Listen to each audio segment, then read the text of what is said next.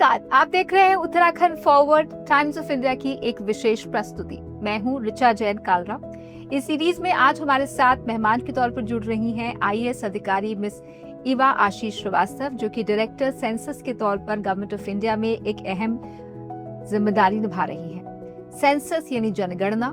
जनगणना केवल लोगों की गिनती भर नहीं है, बल्कि ये समाज की दिशा भी बताती है। एजुकेशन, हेल्थ, एम्प्लॉयमेंट, हाउसिंग और इंफ्रास्ट्रक्चर से लेकर सोशल इम्पैक्ट की योजनाओं तक सरकार की हर लगभग नीति और योजना सेंसस यानी जनगणना के हासिल आंकड़ों पर आधारित होती है। और उत्तराखंड जैसा राज्य, जो भले ही देखने में छोटा हो, लेकिन जियोग्राफिकली और सोशली एक विशेष राज्य है। यहाँ पर तेजी से शहरीकरण हो रहा है, यहाँ पर माइग्रेशन हो रहा है, डिजास्टर मैनेजमेंट की चुनौतियां हैं और रीजनल इनइक्वालिटीज हैं। इन सब के बीच सेंसस की अहमियत काफी बढ़ जाती है। तो इस संवाद में, इस कॉन्वर्सेशन में हम समझने का प्रयास करेंगे कि सेंसस किस तरह से राज्य की विकास यात्रा को दिशा दे रहा है। बहुत बहुत स्वागत है इवा जी आपका आज के शो में, उत्तराखंड फॉरवर्ड में। तो सबसे पहले तो क्या जनगणना या सेंसस सिर्फ संख्या बताती है या ये समाज की कहानी भी बताती है? जैसा आपने कहा, ये समाज की कहानी भी बताती है। सेंसस मात्र एक हेड काउंट नहीं है, ये एक complete 360 degree social and economic appraisal है लोगों का। लोग कहाँ रह रहे हैं, कितने हैं, उनके पास क्या एसेट्स हैं, उनके घरों में क्या सुविधाएं हैं। उसके अलावा ये जो लोग रह रहे हैं वो क्या भाषा बोलते हैं, इनका धर्म क्या है। इस बार तो जातीय जनगणना भी है।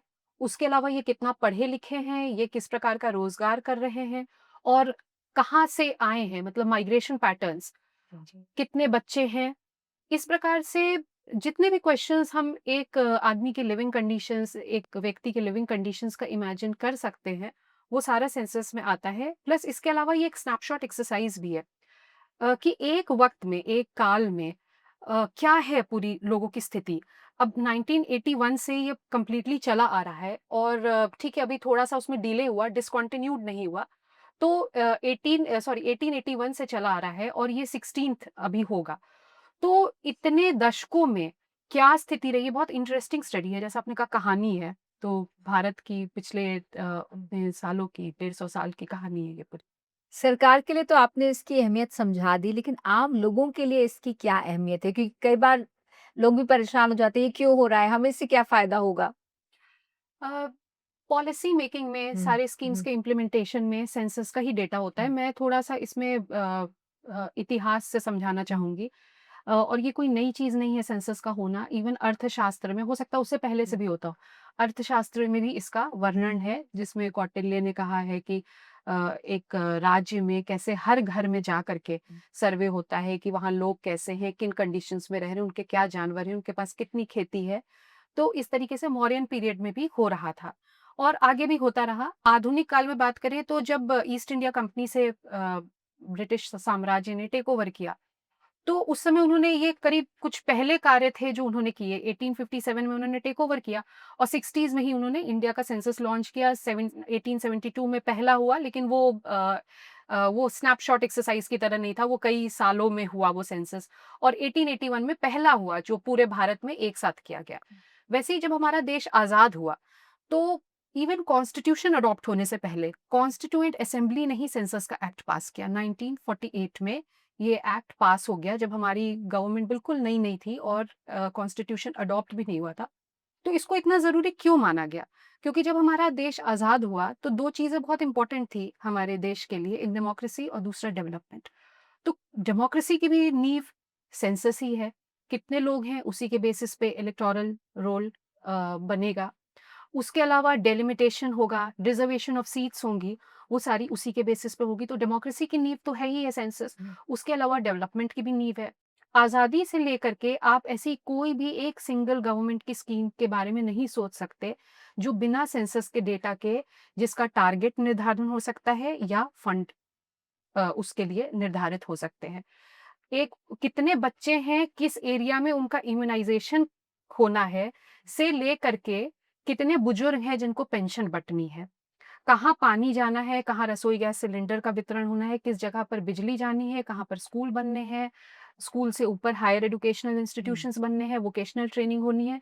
ये कुछ भी अगर गवर्नमेंट करती है तो वो सेंसस के डेटा के ही बेस पर टारगेट्स बनाती है और उसके अलावा उसके फंड्स एलोकेट करती है और उसके बाद उस स्कीम का कितना सक्सेस हुआ इसको अप्रेस करती है। अगर हम उत्तराखंड के कॉन्टेक्स्ट में बात करें तो यहाँ की जनगणना की जो स्थिति है, जो आंकड़े हैं, क्या यहाँ का नक्शा, यहाँ की डेमोग्राफी बदल रही है? बीते कुछ डेकेड्स में राज्य की जनसंख्या में क्या बड़ा बदलाव आपने देखा है? अ, अभी तो सेंसस चल रहा है, तो इस वक़्त का तो मैं नहीं बता पाऊँगी, लेकिन हाँ, सबसे ज्वलंत मुद्दा जो उत्तराखंड में रहा है, वो पलायन का रहा है। माइग्रेशन का हिल से प्लेन्स की तरफ और ऐसा नहीं है, कोविड के बाद से रिवर्स माइग्रेशन के भी ट्रेंड्स स्टार्ट हुए हैं। लोग ऑर्गेनिक फार्मिंग क्योंकि वहाँ वास्ट पोटेंशियल है, होम स्टे के वास्ट पोटेंशियल है, तो जा भी रहे हैं। लेकिन इन आंकड़ों का क्या इस जो रिवर्स माइग्रेशन स्टार्ट हुआ है, ये इस साल के आंकड़ों में रिफ्लेक्ट होते हैं नहीं क्योंकि ये पिछले 7, 8, 9 साल पर की वो ही बात है। रिवर्स माइग्रेशन बहुत सिग्निफिकेंट नहीं है, नहीं वो है अभी, 6-7 हज़ार लोग अभी नहीं वापस है, आए हैं। अभी नहीं है, अभी नहीं है। हुँ, इसीलिए इस वक़्त तो रिफ्लेक्ट होता है, नहीं होता है, नहीं बता सकते और क्या तस्वीर सामने रहती है, इसके लिए वेट करना पड़ेगा फरवरी 2027 जब मेन जनगणना 9 से 28 फरवरी पूरे भारत में की जाएगी। पर विश्व में आपका एनालिसिस क्या है? क्या उत्तराखंड की जो पॉपुलेशन ग्रोथ है, वो नेशनल एवरेज से कम है, ज़्यादा है, कैसी है? मेरे हिसाब से ज़्यादा होगी, हुँ, क्योंकि यहाँ इन माइग्रेशन बहुत ज़्यादा है। इसके आंकड़ों पे मैं कमेंट नहीं कर सकती क्योंकि हुँ। 2027 की जनगणना के आंकड़े भारत सरकार के द्वारा ही रिलीज़ किए जाएँगे। हाईएस्ट लेवल पे अप्रूवल इसका होगा तभी रिलीज़ किए जाएँगे पब्लिक के लिए। लेकिन मेरा ये मानना है कि यहाँ पर ज़्यादा ग्रोथ रेट होना चाहिए। अर्बनाइज़ेशन का भी ग्रोथ रेट काफ़ी ज़्यादा होगा यहाँ पर, खासकर सेंसस टाउन्स और आउटग्रोथ्स बहुत ज़्यादा पाए जाएँगे। क्योंकि यहाँ पर बहुत इंटीरियर इलाकों में भी जो ग्रामों का स्वरूप है वो चेंज हो चुका है। और जहाँ हम एक नगर निगम की बात करते हैं 2001 में, जब सिर्फ़ एक देहरादून था, आज 11 हो चुके हैं। हुँ, और नगर पालिकाएँ और नगर पंचायतें तो बहुत ज़्यादा हैं, हुँ। निरंतर ही बढ़ रही हैं। तो अर्बनाइज़ेशन में भी उत्तराखंड का स्वरूप बहुत चेंज हो चुका है और हिल्स और प्लेन्स के बीच का भी गैप मुझे नहीं लगता कि इस जनगणना के आंकड़ों में कम हुआ होगा। लेकिन आगे इसमें तस्वीर बदलेगी ऐसा मुझे पूरी संभावना लगती है। कौन से ऐसे इलाके हैं जो आपको लगता है कि तेज़ी से बढ़ रहे हैं या स्टेबल हुए हैं या फिर घट रहे हैं? ऑफ़ कोर्स देहरादून हुँ, और हरिद्वार और उधम सिंह नगर इसमें तो हमें कोई सेंसस की एक्सरसाइज़ की भी ज़रूरत नहीं है, हम अपनी आँखों से ही देख कर के समझ सकते हैं कि ये बहुत तेज़ी से बढ़े हैं। लेकिन चूँकि चारधाम यात्रा की वजह से उत्तरकाशी, रुद्रप्रयाग, चमोली जिलों में हुँ। भी ऐसा नहीं है कि पॉपुलेशन फॉल की होगी, वहाँ पर भी राइज़ होगा। हाँ, प्लेन्स के मुकाबले कम राइज़ होगा, लेकिन राइज़ होने की पूरी उम्मीद है वहाँ पर भी। उत्तराखंड एक हिमालयी राज्य, एक पहाड़ी राज्य है। क्या ये तेज़ी से शहरी राज्य की तरफ बढ़ रहा है? उत्तराखंड में अभी भी अगर करीब 25% था शायद यहाँ का अर्बनाइज़ेशन का रेट 2011 में लास्ट सेंसस में। अभी भी मुझे लगता है कि 40% या उससे ज़्यादा तो नहीं होना चाहिए, तो ग्रामीण स्वरूप तो अभी भी प्रेडोमिनेंट ही रहेगा, हुँ। 60% फिर भी ग्रामीण रहेंगे। ये मैं अपने अनुमान पे बस बता जी, रही हूँ, जी। आंकड़े हमारे पास हुँ, ना हैं इस जी, वक़्त उपलब्ध और अगर रहते भी तो हम इसको रिवील नहीं कर सकते थे। जी। यहाँ क्योंकि बहुत सारे टाउन्स हैं, छोटे शहर हैं, क्या आने वाले वक़्त में ये छोटे शहर विकास का केंद्र बन सकते हैं? देखिए, सभी तो नहीं बन सकते। हुँ, हिल्स के अपने क्योंकि मैं हिल्स में कोस्टेड रही हूँ, तो हुँ, जितना मैं अपने एक्सपीरियंस से बता सकती हूँ कि उस प्रकार के ग्रोथ के केंद्र तो नहीं बन सकते हिल्स के क्योंकि इनकी एक लिमिटेड कैपेसिटी है। आप कितनी चौड़ी सड़कें बनाएँगे, किसी भी शहर को कितना ग्रो कर रहा है, उसमें सड़कें कितनी निकल रही हैं, उसका एक्सपेंशन कितना हो सकता है, वो सब पहाड़ों में बहुत ज़्यादा सीमित है। तो उतना तो नहीं हो सकता लेकिन हाँ, ये ज़रूर बात है कि कुछ एरियाज़ एक ग्रोथ के लिए एक ग्रोथ पोल का काम अपने रीजन में कर सकते हैं, जो अभी भी कर भी रहे हैं। फॉर एग्ज़ाम्पल केदारनाथ की यात्रा की वजह से सोनप्रयाग, गौरीकुंड और जितने भी ऊपर के गाँव हैं, वो उनकी तस्वीर बिल्कुल चेंज हो गई है। वो शहरीकरण की तरफ बहुत तेज़ी से बढ़ रहे हैं। और इसी प्रकार से जहाँ-जहाँ मेजर टूरिज़्म सेंटर्स हैं, उत्तराखंड में अभी जो अर्बन ग्रोथ रेट पहाड़ों की तरफ है, वो सिर्फ़ और सिर्फ़ टूरिज़्म की ही वजह से है। तो जहाँ पर टूरिस्ट फैसिलिटीज़ बढ़ रही हैं, वहाँ पर उनका स्वरूप अर्बन होता जा रहा है।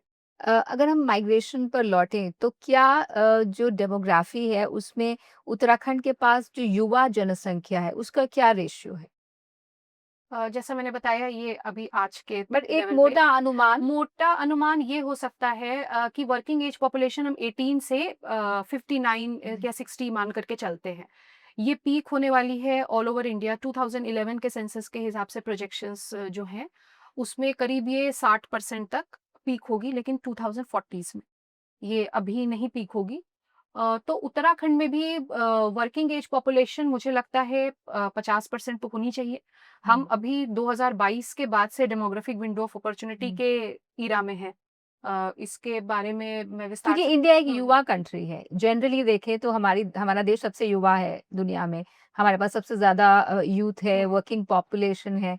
तो उस लिहाज से उत्तराखंड में क्योंकि युवा बेहतर मौकों के लिए माइग्रेट कर रहे हैं, तो मैं उस लिहाज से आपसे पूछ रही माइग्रेट यहाँ से बाहर भी कर रहे हैं और यहाँ पर आ भी रहे हैं। हूँ। तो इसीलिए जैसा मैंने कहा ये पीक करेगा 2040s में करीब हम्म, 60% तक जाएगा। हम्म, 18 से लेकर के कई लोग वर्किंग एज पॉपुलेशन 15 से 60 भी मानते हैं या हम्म, 65 भी मानते हैं।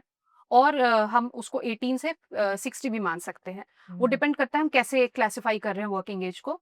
तो ये मुझे अनुमान है कि 45 से 50% अभी उत्तराखंड में अगर हम 18 से 60 की एज ग्रुप का माने तो ये करीब 50% होगा। 50% का भी मतलब है कि बहुत हाई है।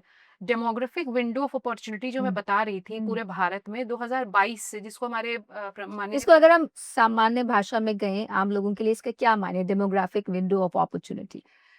इसका वही मैं बताने की कोशिश कर रही हूँ कि डेमोग्राफिक विंडो ऑफ अपॉर्चुनिटी तब होता है जब भी एक पॉपुलेशन है उसमें जब प्रारंभिक अवस्था में जब मेडिकल हम्म, फैसिलिटीज बहुत नहीं है, एजुकेशन फैसिलिटीज बहुत नहीं है, जब वो अपने इनिशियल स्टेज में रहती है तो उस समय क्या होता है बर्थ रेट भी बहुत हाई रहता है हम्म, और डेथ रेट भी बहुत हाई रहता है। तो उससे क्या होता है कि वो पॉपुलेशन में वर्किंग एज पॉपुलेशन बहुत ज़्यादा नहीं रहता, डिपेंडेंट्स का हम्म, रेशियो बहुत ज़्यादा हम्म। रहता है। मतलब बच्चों का 18 और साल से नीचे बुजुर्गों का का। भी बहुत ज़्यादा रहता है, बुजुर्गों का भी ज़्यादा रहता है, इनका प्रपोर्शन ज़्यादा रहता है, वर्किंग एज का कम रहता है। फिर क्या होता है जब वो सेकंड स्टेज पे जाती है, तो वो एक बहुत मेजर ट्रांजिशन का स्टेज होता है जिसमें कि बर्थ रेट तो हाई रहते हैं, डेथ रेट कम होने लग जाते हैं। ये स्टेज होता है और इसके बाद जब तीसरे स्टेज में जाते हैं, जब बर्थ रेट भी कम हो जाता है और डेथ रेट भी कम हो जाता है, जब पॉपुलेशन ग्रोथ बहुत कम हो जाए। इन दोनों के बीच में एक ऐसा ट्रांजिशन पीरियड आता है जिसको हम कहते हैं डेमोग्राफिक विंडो ऑफ अपॉर्चुनिटी कि डेथ रेट कम है, इसका मतलब लिटरेसी बहुत बढ़ चुकी है, मेडिकल अपॉर्चुनिटीज हैं, तो यानी कि ह्यूमन कैपिटल की क्वालिटी अच्छी हो चुकी है। हम्म, बर्थ रेट ज़्यादा है, मतलब पहले से कम है, लेकिन फिर भी इतना बर्थ रेट है कि हम वर्क फोर्स सप्लाई कर रहे हैं। इकोनॉमी में, सोसाइटी में वर्क फोर्स सप्लाई कर रहे हैं। इसको हम डेमोग्राफिक विंडो ऑफ अपॉर्चुनिटी इसी ट्रांजिशन के पीरियड को कहते हैं। क्योंकि इसके बाद तो पॉपुलेशन ढलान पे जाना स्टार्ट हो जाएगी। इसका मतलब बुजुर्गों की पॉपुलेशन, बच्चों की हम्म, तो फिर भी घटती रहेगी, वर्किंग एज भी घटती रहेगी और बुजुर्गों की बढ़ने लग जाएगी। तो फिर डिपेंडेंट्स का रेशियो बढ़ जाएगा। लेकिन ये बीच में ऐसा अपॉर्चुनिटी रहती है जिसमें सबसे ज़्यादा प्रोपोर्शन वर्किंग एज पॉपुलेशन का रहता है। और ये मैं बता दूँ, मॉडर्न पीरियड जब से डेटा अवेलेबल है हर कंट्री में सेंसस का, जी। ऐसा कोई भी देश नहीं है जिसने इस पीरियड के बाहर कोई बहुत बड़ा उछाल जहाँ आया हो। जितने कंट्रीज़, चाहे वो यूएस रहा हो, कोरिया रहा हो, जापान रहा हो, चाइना रहा हो, यही डेमोग्राफिक विंडो ऑफ अपॉर्च्युनिटी का फ़ायदा उठा करके वो लोग उसी पीरियड में, उसके बाद भले उन्होंने उसको मेंटेन किया हो, लेकिन इसी पीरियड में वो वर्ल्ड की एक किसी भी क्षेत्र में बड़ी पावर बन के तो उभरे हैं। यानी हमारे लिए, भारत के लिए वो विंडो 2040 में आने की उम्मीद है। नहीं, 2022 से स्टार्ट हो गई है, हम्म, मतलब जी। 50% से हम ऊपर जा रहे हैं, डिपेंडेंट्स हम्म, का रेशियो कम है वर्किंग एज से। 2022 में स्टार्ट हो गई है, 2047 से लेके 55 के बीच में खत्म हो जाएगी। इसी को 25 साल का अमृत काल माननीय प्रधानमंत्री मोदी जी कहते हैं हम्म, कि अमृत काल में भारत है, तो माननीय प्रधानमंत्री जी हम्म, इसी को कहते हैं कि ये अमृत काल में हम जी। हैं। अ, अगले 20 सालों में जो यहाँ की वर्किंग पॉपुलेशन है, आपको लगता है कि उसमें कुछ चेंज होगा? मेल्स, फीमेल्स, किस तरह के बदलाव होने की उम्मीद है? फीमेल्स ने वर्कफोर्स को बहुत जॉइन किया है बहुत नंबर्स में, तो ऑफ कोर्स जो वर्कफोर्स अवेलेबल है, वर्किंग हम्म, पॉपुलेशन और वर्कफोर्स में अंतर है। वर्कफोर्स वो है जो विलिंग है रोजगार के लिए, हम्म, और वर्किंग पॉपुलेशन वो है जो कर सकती है, मतलब मतलब वो उसमें पोटेंशियल है कि वो कर सकती है, वो इस एज ग्रुप में है। तो ऑफ कोर्स वर्कफोर्स में महिलाएं ज्यादा से ज्यादा संख्या में ज्वाइन कर रही हैं। तो वर्कफोर्स में महिलाओं का कॉम्पोजिशन दिख भी रहा है और ये आगे और बढ़ने की उम्मीद है। यहाँ पर जो माइग्रेशन हुआ है उससे सोशली और इकोनॉमिकली क्या इम्पैक्ट पड़ा है? इकोनॉमिकली इम्पैक्ट तो देखिए हमारे स्टेट की इकोनॉमी का एक अभिन्न अंग है ये। इसको हम चाहे मनी ऑर्डर इकोनॉमी कहें, चाहे कुछ भी कहें, लेकिन आर्म्ड फोर्सेस से और होटल्स में जो लोग बाहर गए, उन्होंने यहाँ की इकोनॉमी को मजबूत बनाया है, जो रेमिटेंसेस हमारे पास वापस आते हैं। तो इकोनॉमिक फ़र्क तो पॉज़िटिव है। उसके अलावा जो रिवर्स माइग्रेशन की भी बात है, आप जिसको कहें मान लीजिए वो थाउज़ेंड्स में ही हो, लेकिन वो इसलिए है क्योंकि वो बाहर गए, उन्होंने कई तरीके के एक्सपोज़र्स उनको मिले और उन्होंने आकर के यहाँ पर कंट्रीब्यूट करना चाहा।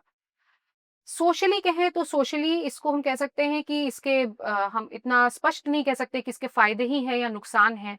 फ़ायदे भी बहुत तरीके से हैं और नुकसान भी बहुत तरीके से है कि हिल्स में खाली हुए हैं और हिल्स की इकोनॉमी जिस प्रकार से होनी चाहिए थी, वो उस तरीके से डेवलप नहीं हो पाई क्योंकि वर्कफ़ोर्स वहाँ से चली गई और ये स्टेट बनने के पहले ही ये प्रक्रिया स्टार्ट हो गई थी। हुँ। तो फिर ये सोशली उसके नुकसान रहे, बट इकोनॉमिकली तो स्टेट को ओवरऑल तो स्टेट की इनकम यहाँ पर हाउसहोल्ड्स की प्रॉस्पेरिटी इन्हीं चीज़ों पे डिपेंड करती यहाँ है। पर जनरली मेल फीमेल रेशियो क्या रहता है? क्योंकि और इससे कुछ महिलाओं की स्थिति के बारे में भी क्या पता चलता है? यहाँ पर मेल फीमेल रेशियो देखिए मैं ये फ़िलहाल तो जनगणना में मैं कहूँगी मेरे पास आँकड़े अवेलेबल नहीं है इस वक़्त मेल फीमेल के, ना ही लिए गए हैं पिछली इस वक़्त बारी जो क्या थे और उससे अनुमान हो हाँ, जाता है? लेकिन यहाँ पर लिंगानुपात जो 0 टू 6 में हम ज़्यादा देखते हैं क्योंकि उस समय अगर है तो इसका मतलब फीटिसाइड की वजह से है। तो वो स्टेट में बढ़ा है। पहले स्थिति थोड़ी और विकट थी, लेकिन उसके बाद गवर्नमेंट के इंटरवेंशन की वजह से वो मतलब 900 से भी नीचे चला गया था, लेकिन उसके बाद वो हमेशा ही 900 के ऊपर वो मेंटेन रहा है लिंगानुपात और भी ज़्यादा प्रयास हमेशा किए जाते हैं। ये मेरे हुँ, क्षेत्र के सेंसस के मैं कहूँ कि बाहर की बात है। मैं हुँ, फ़िलहाल हुँ। स्वास्थ्य तो नहीं जी। देख रही हूँ, लेकिन हाँ, जितना मैंने स्टेट में पहले देखा है, वो बढ़ा है। जी सेंसस में भले ही अभी आप कह रहे हैं कि अगले साल जनवरी में निकलेंगे आंकड़े, लेकिन अभी तक जो आपने देखा है एनालिसिस के तौर पर एजुकेशन, एम्प्लॉयमेंट और सोशल पार्टनरशिप के संदर्भ में यहाँ पर क्या-क्या आपको देखने को मिला है आंकड़ों की नज़र से? उत्तराखंड तीसरा इवन 2011 में भी जब बहुत यंग स्टेट था ये, तो उस समय भी ये तीसरा था लिटरेसी में पूरे भारत में केरला और दिल्ली के बाद। तो लिटरेसी इसमें और बढ़ी होगी 70% से ऊपर थी महिलाओं की लिटरेसी 70% से थोड़ी नीचे थी, पुरुषों की ऊपर थी। ये तो कब की बात है? ये 2011 की बात है। हुँ। तो ये तो अब 15 साल काफ़ी बढ़ पहले। गई होगी मतलब उस समय भी जब हुँ, 2011 में भी स्टेट 3rd नंबर पे था, मैं हुँ। रैंकिंग के हिसाब से कह रही हूँ। तो ऑफ कोर्स ये काफ़ी बढ़ा होगा और यानी ख़ास तब तो शायद राज्य को बने हुए 10 साल ही हुए 10 होंगे। साल ही हुए थे। बट यहाँ पर लिटरेसी काफ़ी हुँ। अच्छी थी और लिटरेसी रेट और अभी इसमें उम्मीद है कि ये लिटरेसी रेट इस यहाँ पर और बेटर हो गया होगा, 80s में होगा। लेट 80s में भी क्या हो सकता है कि पुरुषों की लिटरेसी दर 90% से ऊपर होगी। लेकिन ये फरवरी में जब door to door population enumeration होगा, तभी ये आंकड़े स्पष्ट जब आप एन्यूमरेशन करते हैं, आंकड़े लेते हैं तो कौन-सी पॉपुलेशन क्या भूमिका निभा रही है? फॉर एग्ज़ाम्पल महिलाओं की जो पॉपुलेशन है कहा जाता है कि पहाड़ों में महिलाएँ ज़्यादा काम करती हैं, वो ज़्यादा इकोनॉमिकली एक्टिव कंट्रीब्यूट करती हैं, तो उस बारे में आप कुछ कहना चाहेंगी? हाँ, बिल्कुल, सेंसस में ये आंकड़े लिए जाते हैं। रोज़गार के आंकड़े लिए जाते हैं और सिर्फ़ इसके ही नहीं लिए जाते हैं, क्या ऑक्यूपेशन कर रहे हैं इसके हुँ, लिए नहीं लिए जाते, साल में कितने दिन वो काम कर रहे हैं, हुँ, उसके भी लिए जाते हैं। 3 महीने से नीचे कर रहे हैं तो उनको नॉन वर्कर माना जाता है, 3 महीने से 6 महीने कर रहे हैं तो वो मार्जिनल वर्कर माने जाते हैं और 6 महीने से पूरे 1 साल तक काम कर रहे हैं तो वो मेन वर्कर माना जाता है। तो इससे ये पता चलता है अगर नेचुरली अगर वो 3 महीने से नीचे काम कर रहे हैं तो वो नॉन वर्कर की श्रेणी में आ गए। और इसके अलावा फैमिली वर्कर हैं, मतलब हुँ, एक फैमिली मिलकर के कोई हो सकता है स्मॉल स्केल वो कर रही हो या दुकान में हस्बैंड वाइफ बैठ रहे हो, तो उसको फैमिली वर्कर कहेंगे, सिंगल वर्कर भी होते हैं, एम्प्लॉयी भी होते हैं, एम्प्लॉयर भी होते हैं। तो सेंसस में बहुत डिटेल में जाकर के वर्कफोर्स का डेटा कि सिर्फ वर्कफोर्स कितना काम कर रही है उससे नहीं, वो क्वालिटी ऑफ तो वर्क ये क्या है। पिछले सेंसस के आधार पर कुछ बता सकती हैं आप हमें? अ, नहीं, पिछले सेंसस के हिसाब से तो इस पे मैं अभी नहीं प्रकाश डाल पाऊँगी कि सिर्फ़ पर महिलाओं उत्तराखंड की का क्या था। भागीदारी महिलाओं की रोज़गार में कितनी भागीदारी है? यहाँ पर बहुत, बहुत, बहुत ज़्यादा रहती है हुँ, महिलाओं की भागीदारी लेकिन प्रॉब्लम यही है कि 2011 में जब सेंसस था, तो उस समय महिलाएँ इतनी नहीं आगे आकर के काम कर पा रही थी, तो वो बहुत सी नॉन वर्कर में रजिस्टर हुई। लेकिन आज के डेट में जब स्वयं सहायता समूह और ये सारी जो योजनाएँ फिर बनी हैं एनआरएलएम, कौन से ऐसे इसकी क्षेत्र हैं वजह जहाँ से पर महिलाएं ज्यादा सक्रिय आपको दिखती हैं? ये मुझे आपको बताना पड़ेगा कि किस एरिया की आप बात कर रहे हैं, क्योंकि यहाँ पर बहुत गैप्स हैं, मतलब बहुत डिफरेंसेस हैं। हिल्स में महिलाएँ क्या काम कर रही हैं, प्लेस हिल्स में। की अगर बात करें हिल्स तो? में काम कर रही हैं तो naturally agriculture and related activities में काम कर रही हैं, एग्रीकल्चर एंड अलाइड एक्टिविटीज़ में। पशुपालन उनका मुख्य काम रहता है, खेती उनको देखना उनका काम रहता है। और एनआरएलएम के समूह इतने ज़्यादा बने, लाखों की संख्या में महिलाएँ उत्तराखंड में जुड़ी हुई है इससे, कि उनको अब तो उसकी प्रोसेसिंग और मार्केटिंग में भी वो आगे हैं। तो ये काफ़ी महिलाएँ रोल निभा रही हैं, और ये इस बार के आंकड़ों में आएगा। जो पहले नॉन वर्कर में काम तो करते थे, लेकिन इकोनॉमिक एक्टिविटीज़ चूँकि वो मनी के टर्म्स में नहीं जनरेट हो रही थी, तो वो नॉन वर्कर्स की श्रेणी में दर्ज हो जा रही थी। लेकिन अब चूँकि ये स्कीम्स बहुत अच्छी केंद्र सरकार और राज्य सरकार की रहीं, तो अब महिलाएँ बहुत ज़्यादा चेंजेस देखने को ये तो मिलेंगे। हमने पहाड़ी इलाकों की बात की, मैदानी इलाकों में महिलाएं किस चीज में सक्रिय हैं जहाँ खेती नहीं है? फिर तो सर्विस सेक्टर इकोनॉमी है, उत्तराखंड की टोटल सर्विस सेक्टर इकोनॉमी है, चाहे पुरुष हो या महिलाएँ हैं, वो सब सर्विस सेक्टर में, हम सब सर्विस सेक्टर। अ, कोई ऐसा निष्कर्ष जनगणना में जो आपने अभी तक देखा हो मोटे तौर पर जिसने अ, एक बड़ा चेंज लाया हो? जनगणना के आंकड़े अवेलेबल नहीं हैं, तो निष्कर्ष की बात मैं फ़िलहाल नहीं कर पाऊँगी। लेकिन इतना मैं ज़रूर कह सकती हूँ कि हम लोग एक जैसा मैंने कहा कि एक बहुत ही क्रूशियल जंक्शन में हैं, हम सभी लोग। और ये एक तरीके से मेक मेक या ब्रेक सिचुएशन है हमारे कंट्री के लिए। और किसी भी कंट्री ने अगर इस पीरियड का लाभ नहीं उठाया है, जब विंडो भी ऑफ उनका आया है, अपॉर्चुनिटी। तो वो कभी नहीं उठा पाए हैं। तो बहुत क्रिटिकल है ये पीरियड भारत के लिए, और इसको कितना रिस्पॉन्सिबली जितने स्टेक होल्डर्स हैं इसको अपने दायित्वों का निर्वहन करते हैं, उस पे डिपेंड करेगा कि हम 2055 के हैं, 65 के हैं, कहाँ होंगे। साथ ही डिजिटल सेंसस की दिशा में क्या-क्या बदलाव हमने अभी तक किए हैं? ये इस बार का 2027 का सेंसस कंप्लीटली डिजिटल सेंसस है। इसमें सबसे पहले तो एक census management and monitoring system है, सीएमएमएस, जिसको कहते हैं ये ब्रेन है। पूरी सेंसस एक्सरसाइज का ब्रेन इसी को कहेंगे। इसमें रजिस्ट्रार जनरल ऑफ इंडिया, जो हाईएस्ट अथॉरिटी है सेंसस करवाने के कंट्री में, से लेकर के एन्यूमरेटर एंड सुपरवाइजर तक, सभी एक मैनेजमेंट एंड मॉनिटरिंग सिस्टम के अधीन उनके यूजर आईडी एंड पासवर्ड्स हैं। और उनमें उनके काम की प्रगति पता चलती रहती है। आईडी कार्ड जो इश्यू होते हैं, ट्रेनिंग के बैचेस बनते हैं, सारे इसी पे बनते हैं। उसके अलावा सेल्फ एन्यूमरेशन इसमें एक था कि लोग खुद ही से अपने आप को एन्यूमरेट कर सकते थे। जब भी उनके स्टेट का मकान सूचीकरण का पीरियड लागू हुआ, तो लोग खुद ही se.gov.in के पोर्टल में जाकर के वहाँ पर वो अपनी गणना खुद कर सकते थे, और फिर एक यूनिक आईडी अपने पास वो सुरक्षित रखते। जब एन्यूमरेटर उनके घर आते हैं, जिन्होंने सेल्फ एन्यूमरेशन किया है, उनके घर भी एन्यूमरेटर आएँगे, जिन्होंने नहीं किया है, वो भी आएँगे। उनको हर घर में जाना है। जैसे उत्तराखंड में करीब 45 लाख भवन विज़िट किए गए 1 महीने के पीरियड में 27,000 एन्यूमरेटर्स द्वारा। तो जब ये वहाँ पर जाते हैं, तो ये उसकी जो पूरी गणना करते हैं स्थिति की, वो भी एक ऐप के माध्यम से करते हैं, और उसी ऐप के माध्यम से डेटा सबमिट होता है। मैप भी जो बनाए जाते हैं, वो उसका एक क्रिएटर ऐप था, उसके माध्यम से बनाया गया। तो ये completely end to end digital था। इसके फ़ायदे बहुत रहे। अगर कहीं पर डेटा डिस्क्रिपेंसी आ रही है, जैसे फॉर एग्ज़ाम्पल किसी से पूछा गया कि आपके घर में पानी का स्रोत क्या है? तो ऑफ़ कोर्स वो टैप वाटर रहता है, लेकिन वो टैप वाटर हो सकता है रिवर से लिफ्ट हो रही हो वो योजना, तो उन्होंने लिख दिया कि रिवर से हो रही है। लेकिन अगला क्वेश्चन कि पानी कहाँ से आ रहा है? तो उन्होंने कह दिया कि विदिन प्रेमिसेस आ रहा है। उसके कोड पर उन्होंने एन्यूमरेटर ने उसका कोड दबा दिया। तो कहने का मतलब ये है कि रिवर प्रेमिसेस में तो हो नहीं सकती, तो this is a data discrepancy. तो ये डेटा डिस्क्रिपेंसी पहले चली आती थी और बहुत बाद में समझ में आता था। लेकिन अब जैसे वो आती है, वो फ्लैग हो जाती है कि ये डेटा डिस्क्रिपेंसी, और ऐसे बहुत से हैं। तो वो उसी वक़्त वो डेटा प्रूफिंग कहें, डेटा क्लीनिंग कहें, डेटा चेकिंग कहें, वो हो जाती है। और कवरेज कंट्रोल, जैसा अभी मैंने एक क्वेश्चन में बताया कि कवरेज कंट्रोल भी हर एन्यूमरेटर सुपरवाइज़र का कार्य कहाँ तक पहुँचा, ये डैशबोर्ड में बैठ कर के इवन दिल्ली के हेडक्वार्टर में देख सकते हैं। तो आपने बताया कि किस तरह से अहमियत रखती है पॉलिसी मेकिंग में, नीति बनाने में डेटा और सेंसस के आंकड़े। आने वाले दिनों में क्या हमारी पॉलिसी मेकिंग ज़्यादा डेटा ड्रिवन हो सकती है? जी, ये डेटा को आज के डेट में बिगेस्ट डिफरेंशिएटर कहा जाता है, जिसके पास भी डेटा है और उसकी प्रॉपर एनालिसिस है, तो उसके पास कॉम्पिटिटिव एडवांटेज है। और सेंसस के डेटा की सबसे अच्छी बात है, जो कुछ उसके क्वालिटीज होती हैं, सबसे पहले तो वो एक्यूरेट होता है, क्योंकि वो एक एक पर्सन का डेटा होता है, वो कोई सर्वे नहीं होता। सर्वे अपने आप में इंपॉर्टेंट होते हैं, क्योंकि बीच में हम क्या करेंगे, सेंसस हम हमेशा नहीं कर सकते, 145 करोड़ लोगों तक हमेशा नहीं पहुंच सकते, तो सर्वेस उसमें इंपॉर्टेंट होते हैं। लेकिन सेंसस एक एक पर्सन तक पहुंचता है, तो ये बहुत ही एक्यूरेट डेटा होता है। जितना डेटा एक्यूरेट हो सकता है उतना होता है।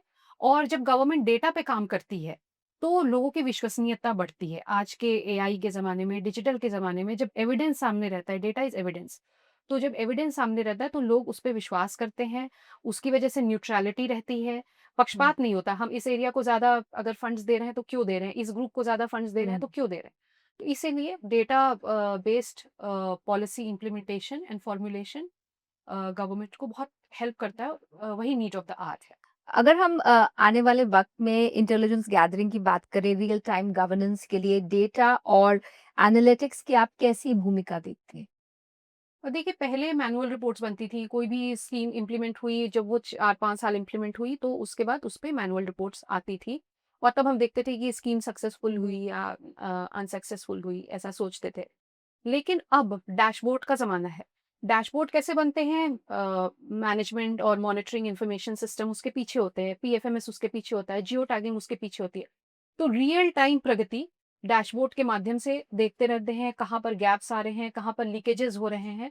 तो ऑफ कोर्स ये डेटा जो है ये बिल्कुल अभी जैसे सेंसस ही चल रहा था, तो हम करीब 27,000 एन्यूमरेटर्स एंड सुपरवाइजर्स पूरे उत्तराखंड में काम कर रहे थे।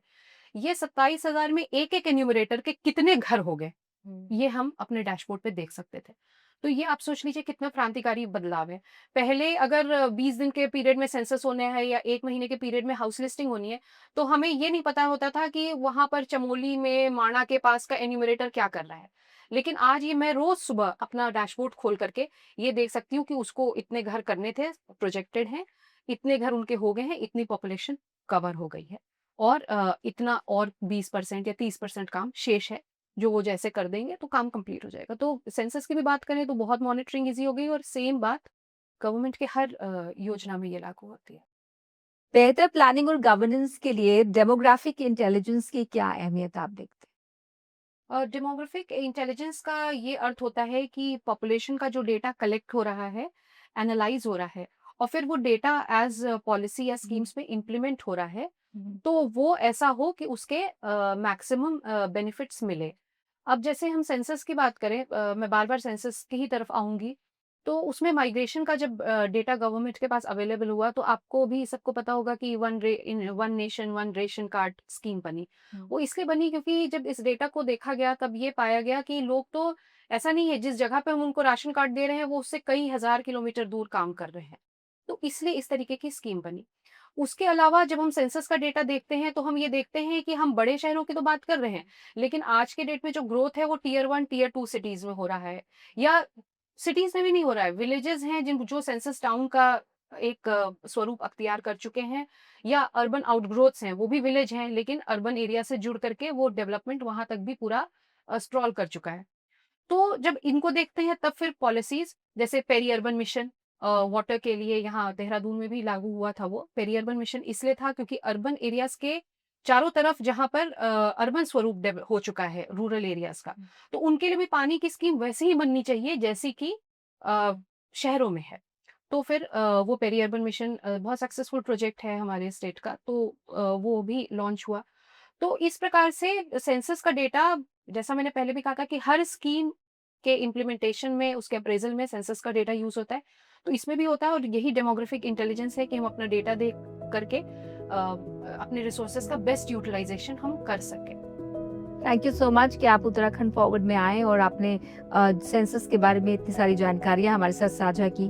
Once again thank you. Thank you.